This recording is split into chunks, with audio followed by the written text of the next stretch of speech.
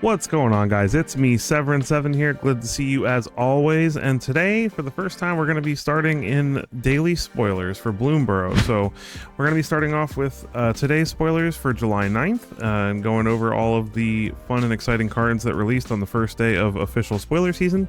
So let's go ahead and get into it.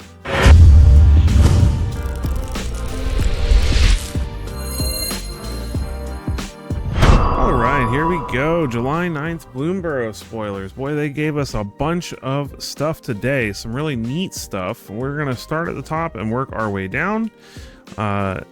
Definitely looking like a fun and exciting set. Very different than anything we've had in a long time. Honestly, it kind of gives me like Ravnica mixed with Lorwyn, you know, but obviously there's no humanoids or anything, so just little adorable creatures of all different shapes and sizes. So let's go ahead and get started with Dreamdew Entrancer. So we've got a 4-mana 3/4 frog wizard with reach, and when it enters the battlefield, tap up to one target creature and put 3 stun counters on it. If you control that creature, draw 2 cards. So that's kind of a neat, interesting multi-function type card. Reach is very useful. Being able to potentially draw 2 cards in a pinch to basically for tapping a creature you control is kind of nice. But mostly you'll be using this to get something pesky out of your way, but that's definitely I like the artwork on that. Woo! Biza the Bounding Spring. We've got an Elemental Elk. This is a mythic from the set. 4 mana, legendary creature. When Biza the Bounding Spring enters, create a treasure token if an opponent controls more lands than you. You gain 4 life if an opponent has more life than you. Create 2 1/1 blue fish if they have more creatures than you, and draw a card if they have more cards in hand than you. This is a really sweet stabilizer in white against the aggressive decks like Boros and Mono Red. I think this card is going to see a ton of play. It's got a good stat line and a ton of potential upsides. This is a great card if you're on the draw, you know, and it's rare that cards get better on the draw, but this one does. Because, you know, obviously your opponent will usually have more lands than you, more creatures. It gives you blockers. It helps you draw a card. If, you know, probably less often you're going to draw a card in a deck that wants to play this. But definitely good for stabilizing, and even has a little bit of game against control in the fact that you can draw a card if they have more cards than you. So I think this card is awesome. I think it'll definitely see some play.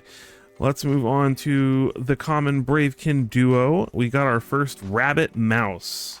Yeah, that's right. You got both creature types there, so it goes in the rabbit decks and the mouse decks. Just a 1/1 that you can pay 1 to give a creature +1/+1 until end of turn. Nice, easy, simple common to go in the 1-drop slot for those types of decks.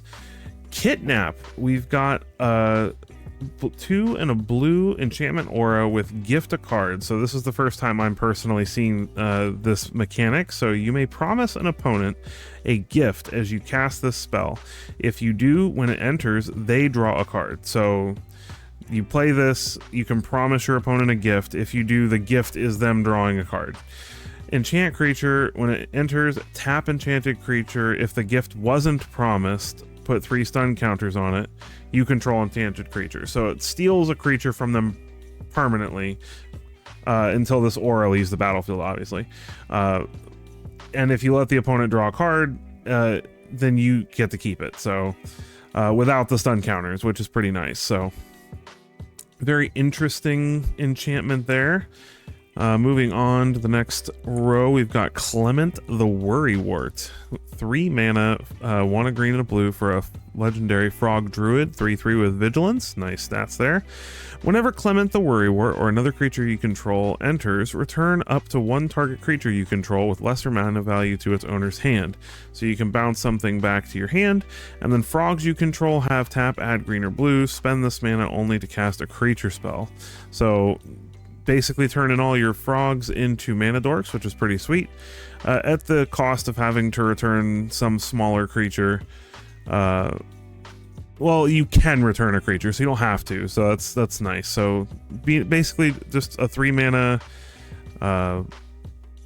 lord for your frogs to make them all tap for mana. So this will be fun in like a Simic ramp strategy. Definitely an interesting include for sure. We got Shoreline Looter, a rat rogue. Shoreline Looter can't be blocked, so we got our 2 mana 1/1 can't be blocked creature of the set with Threshold. Whenever it deals combat damage to a player, draw a card and then discard a card unless you have Threshold, obviously. So interesting little card. It's unfortunate that it doesn't have hexproof or something, so you know we can't like Voltron it up, but it's a cool little card. Repel Calamity, our 2-mana instant destroy a creature with toughness 4 or greater card from the set. Ruthless Negotiation, target opponent exiles a card from their hand. If it was cast from the graveyard, draw a card. So not like a Thoughtseize or anything like that, but basically a discard spell that we can cast again later and draw for 5 mana. Don't know if this will see a ton of play, but it's definitely an interesting card and could see some amount of play in black decks. We have Runaway Together. Let me get this better. Runaway Together. Choose 2 target creatures controlled by different players. Return those creatures to their owner's hand. So this is a nice way to maybe potentially... I actually really like this card a lot for a common, because say you're in a situation where your opponent is about to cast a removal spell to get a blocker out of the way and they have a big creature that they want to attack with, and the whole reason they're casting that removal spell is to get through with the creature. You can bounce the creature they're trying to kill and the creature they're trying to get through with. So for 2 mana, that's actually a lot of value. Moving on to another frog. 4 mana, 2 a green and a blue for a 4/4. We've got a frog druid with reach. Pay 3 mana, exile another target creature you control, then return it to the battlefield with a +1/+1 counter on it. Activate only as a sorcery.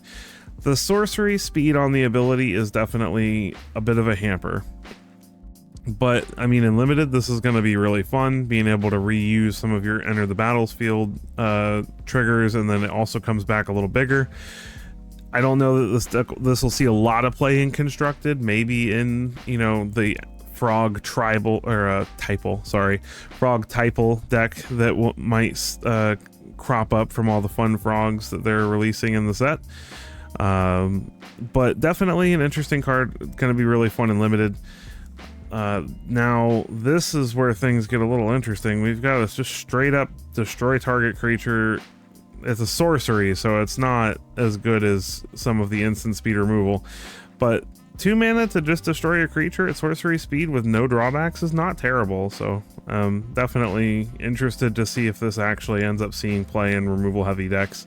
Not having instant speed might be too much though, so we'll see. Strike Force, we've got a 3 mana Bird Knight, the first bird that they released show today. We've got Flying, Double Strike, and Vigilance for a 1/3 for 3. So a lot of really good keywords, but it needs help. So we'll have to see how many buffs there are for birds. I know there's one later down in the list that gives birds +1/+1, as well as other types that are in the set.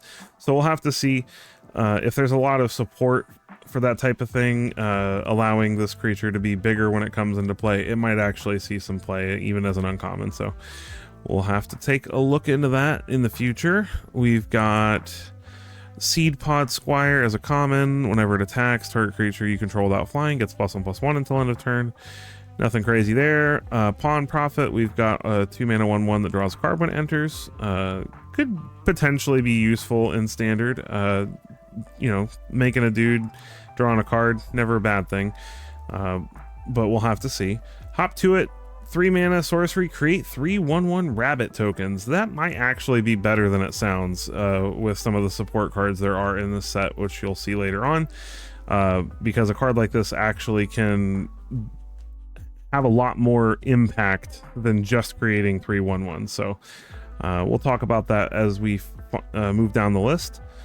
Head of the Homestead. So we've got the dual mana symbols here, which I really like. I've always really enjoyed the split mana costs.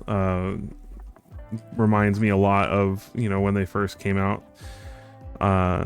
When Head of the Homestead enters, create 2 1/1 rabbit creature tokens. So 5 mana for 5 power and 4 toughness worth of creature split across 3 bodies. Not terrible for a common. And then Junkblade Bruiser is a 5 mana 4/5 with trample. Whenever you expend 4, it gets +2/+1 until end of turn. So expend is another new mechanic.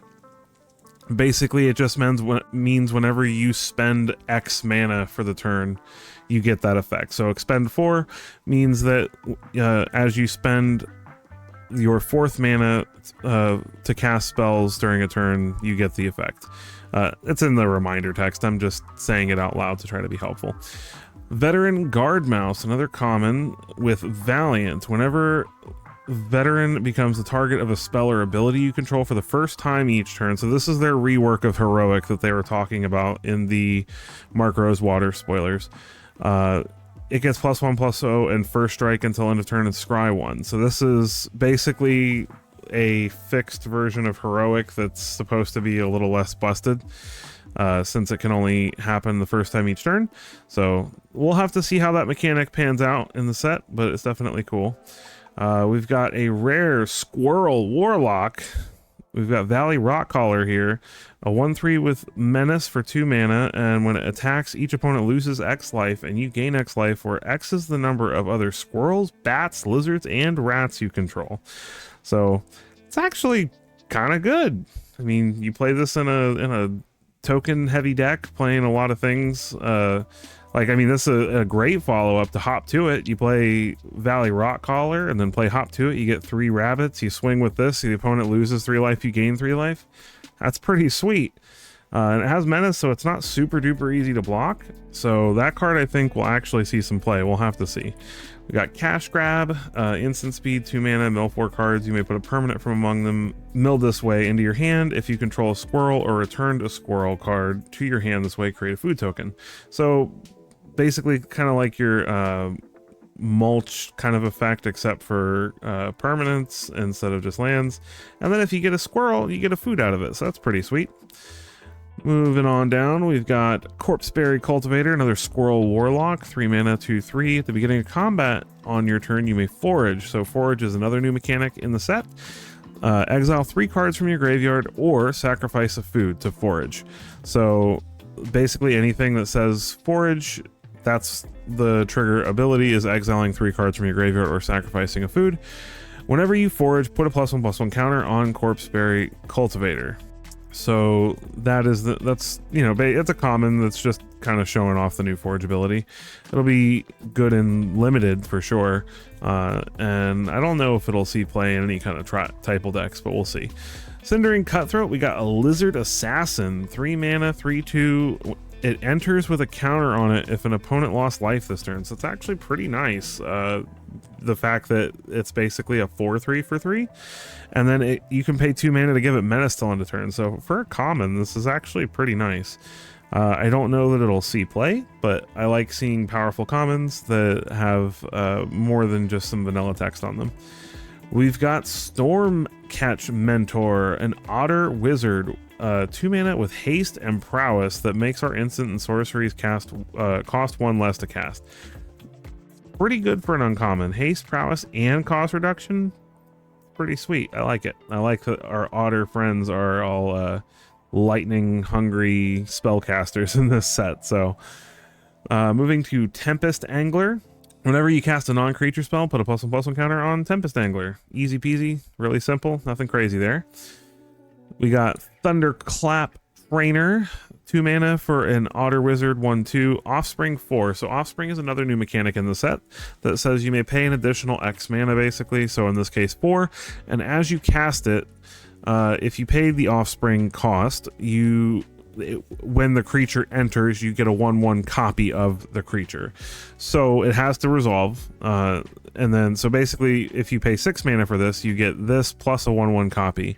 When this creature enters, look at the top 4 cards of your library, and you may reveal a non-creature, non-land card from among them, and put it into your hand. Put the rest on the bottom in a random order. So for 6 mana, you get a 1/2, a 1/1, and you get to look at the top 8 cards of your library and pick 2 non-creature, non-land cards from among them. So not a terrible rate. Seems a little expensive. But who knows? It could be valuable. We'll have to see. We got Mind Drill Assistant, or Assailant, sorry. 2 and hybrid blue-blacks. Threshold, as long as 7 or more cards are in your graveyard, it has +3/+0, and you can pay 3 mana to surveil 1. So Nothing, I mean, it's a pretty good stat line for a 4-mana common, and the Surveil can help give you Threshold, and then it being a 5/5 later on is alright. It's definitely going to be good in Limited, probably not in Standard. Moonrise Cleric, we've got our first bat here, 1 and 2 hybrid white-black for a 2/3 flyer, and when it attacks you gain 1 life. That could be pretty useful in some of the life gain trigger decks. I'm interested to see if bats, you know, with like the bat card, bat colony from Ixalan could be useful, you know, making the bats with the caves. It'll definitely be an interesting thing to see. I don't think this card will see constructed play, but it could. The 1 life might be useful, but it seems a little expensive. So Artist Talent, we've got our first class from the set, so they're bringing classes back, which is an interesting choice. So I think this is one of the card types they were talking about that hasn't been seen since the Dungeons and Dragons sets.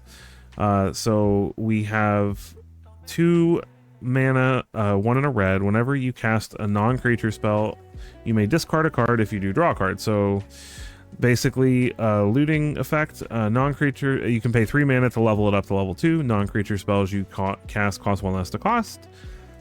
I can talk. Non-creature spells you cast cost 1 less to cast. That's a mouthful. Non-creature spells you cast cost 1 less to cast.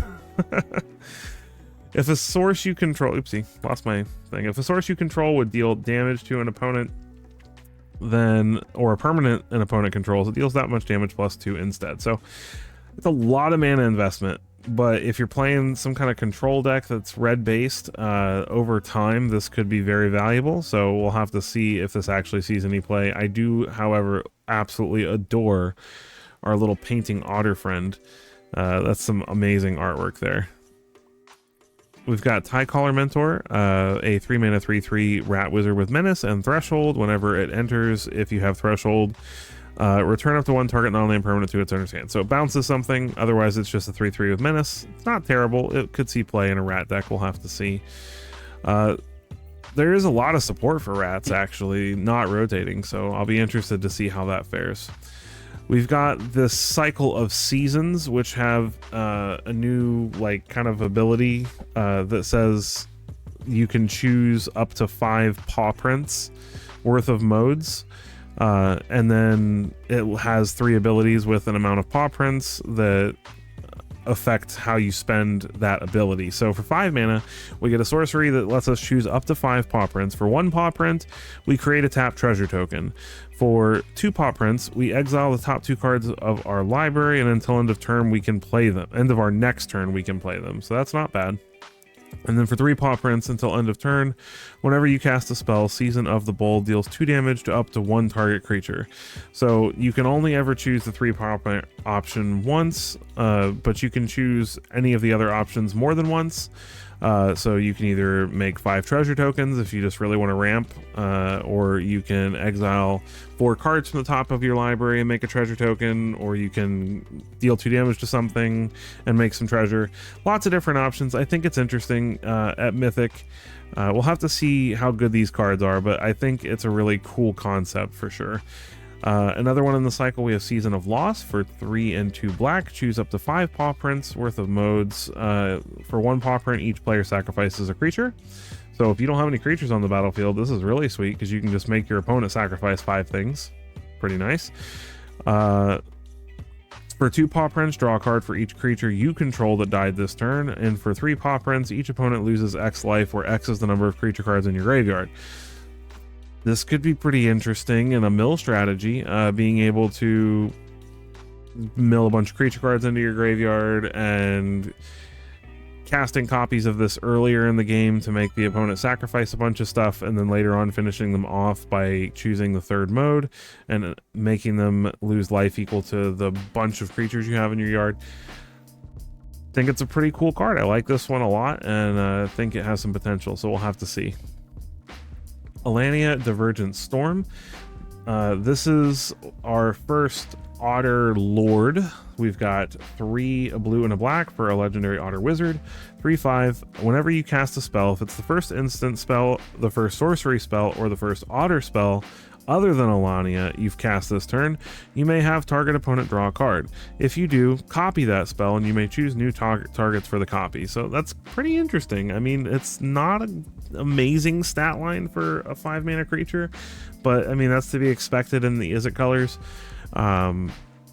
This could be really strong. For the cost of letting your opponent draw a card, you could double breach the multiverse, or, you know, any number of other really powerful instants or sorceries, or who knows what other otters are going to be in the set. You know, maybe there's like some crazy otter that does something really amazing when it enters the battlefield.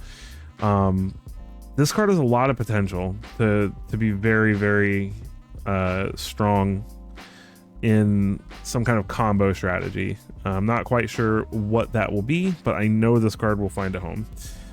Moving further down, we've got Glarb, Calamity's Augur. For Sultai colors, we get a Frog Wizard Noble at Mythic with Death Touch. It's a 2/4, and you may look at the top card of your library at any time, and you may play lands and cast spells with mana value 4 or greater from the top of your library, and you can tap it to Surveil 2. Not for 3 mana, 2/4 Death Touch is pretty good. It's a good, decent blocker. Being able to see the top card of our library, information is always power, so being able to see that is great, and it's not revealed, so we don't have to show our opponent that information. And then being able to get lands off the top or cast larger spells from the top of our library is pretty nice. This is a frog, so it kind of goes with that frog that lets your mana frogs tap for mana. So maybe Sultai ramp with frogs, and you tap all your frogs for mana and cast big stuff off top of your library. Seems pretty sweet. We've got Igra, Eater of All. This is a really interesting one. And if any of you remember my Ward Tribal list, this really makes me want to revamp that with some of the new cards from this set. For a 5 mana, you get a 6/6 legendary elemental cat with Ward Sacrifice of Food. When I first read this, I was like, what if the opponent doesn't have any food? Like, it's not that easy to make foods, right? Other creatures are food artifacts in addition to their other type, and have pay 2 sacrifice to gain 3 life. So it's basically the food ability. This is really interesting. Being able to turn everything into food just seems really funny and thematic, you know, for a card like this. Whenever a food is put into a graveyard from the battlefield, put 2 counters on Igra, Eater of All. So I don't know if this card will see a lot of play. I can see some really like wonky,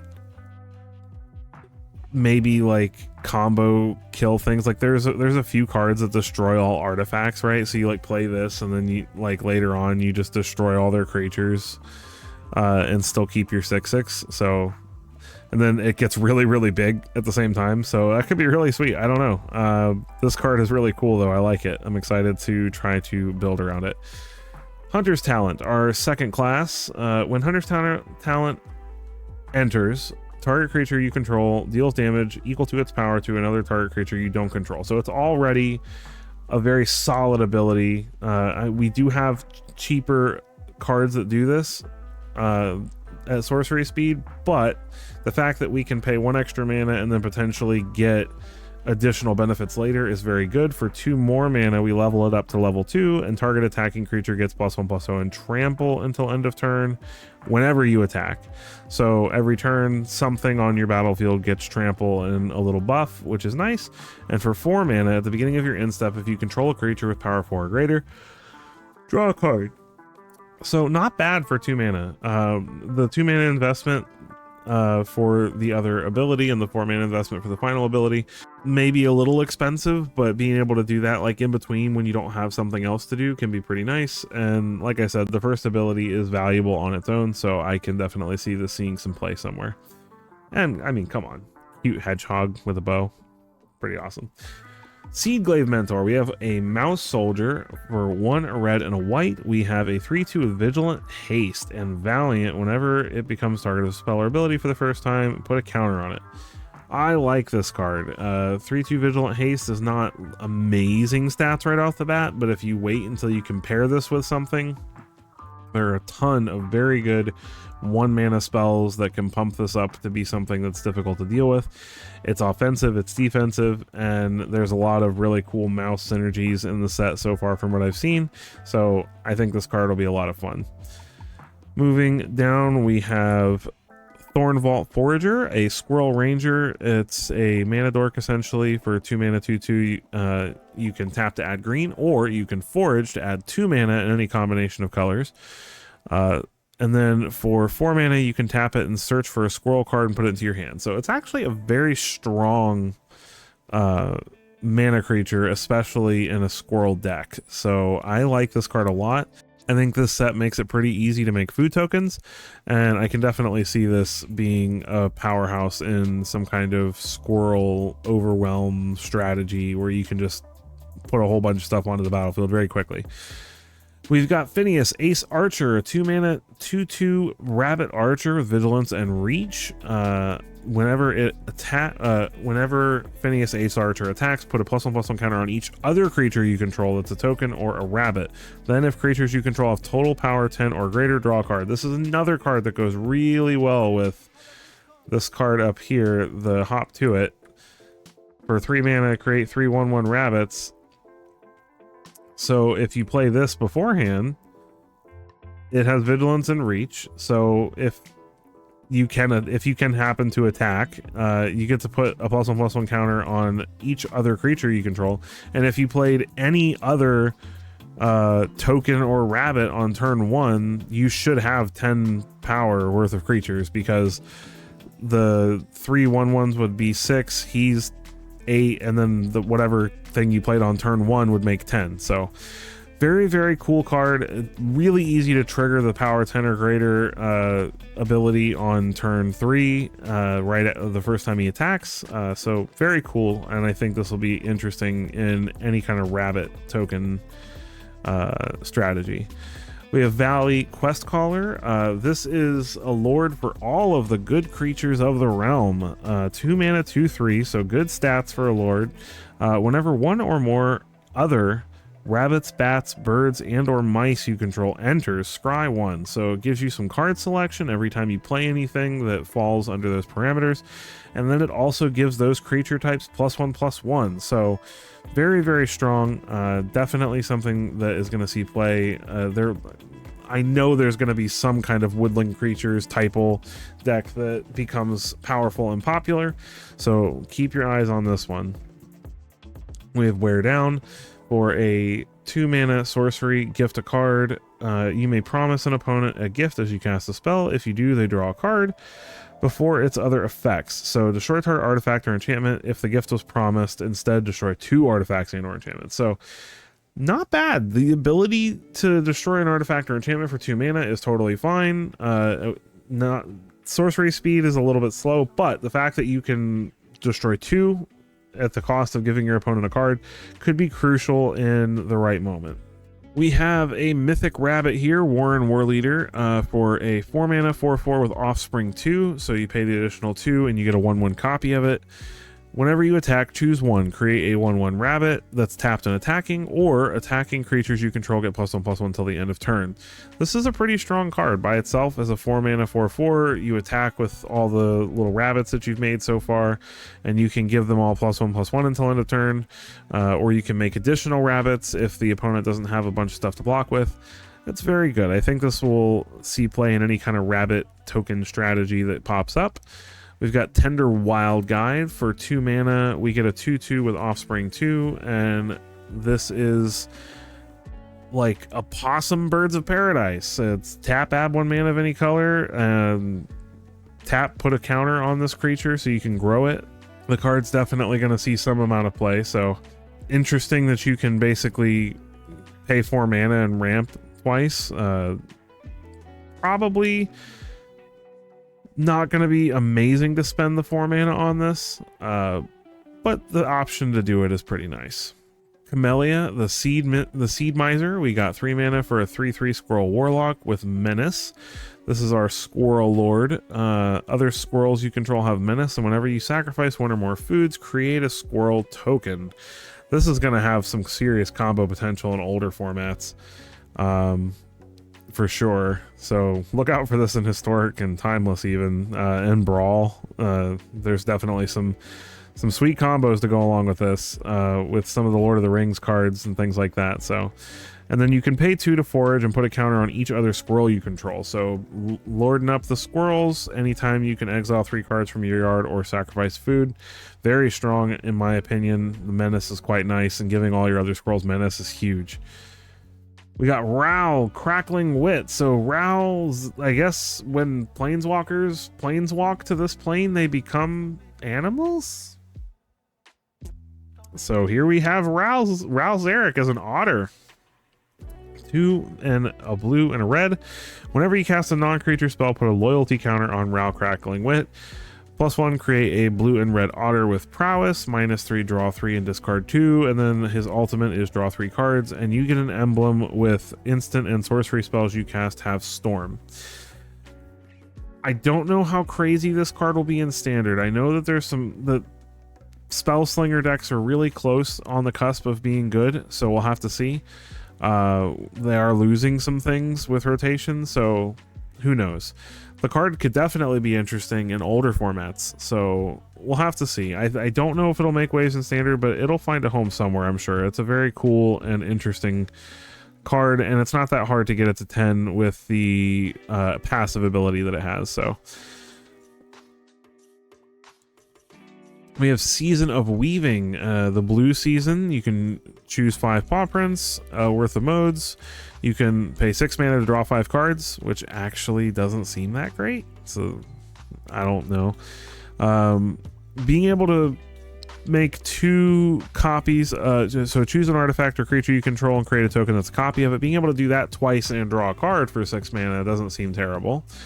Or you can return each non-land non-token permanent to its owner's hand. So basically bounce everything the opponent and yourself control that are non-land non-token. So if you have a bunch of tokens on the battlefield, you get to keep them, which is nice. So you can pay that and then pay the 2 paws to make a copy of something you control and keep it, which is kind of cool. I don't know if this is as good as the other 2 seasons, but it's definitely interesting. So we'll have to see if this can find a home in some kind of like weird control strategy, maybe. Maha, it's Feathers Night. Maha. Some of you older people might recognize that from an old show on Nickelodeon back in the day. So this is an interesting card. 5 mana for a elemental bird, 6/5, flying trample with ward, discard a card. Creatures your opponents control have base toughness 1. This is very strong if you have like some of the deal 1 damage to all creatures your opponents control cards, or just any damage based or negative X based removal, not having to spend a lot of mana on it. Very interesting. It's a good stat line. Flying and trample is very nice, and just being able to lower the toughness of all your opponent's creatures feels pretty strong. So we'll have to see if this sees play or not, but I like the card a lot and think it'll be fun to brew around. We have Osteomancer Adept, 2 mana 2/2 Squirrel Warlock with Death Touch, and then you can tap it. Until end of turn, you may cast creature spells from your graveyard by foraging in addition to paying their other cost. If you cast a spell this way, it enters with a finality counter on it. So really interesting card. Kind of like a Yawgmoth's Will on a stick. Worse, obviously, because you have to forage. But if you can make a bunch of food tokens, it's pretty cool. So I like it. The finality counter does make it a little bit worse because the creatures can't die. They get exiled instead. But still, I think it's a fun card that's definitely going to be brewed around, and somebody's going to break it. We've got Fireglass Mentor, a 2 mana 2/1 Lizard Warlock. At the beginning of your second main phase, if an opponent lost life this turn, exile top 2 cards of your library, choose one of them, and until end of turn, you may play that card.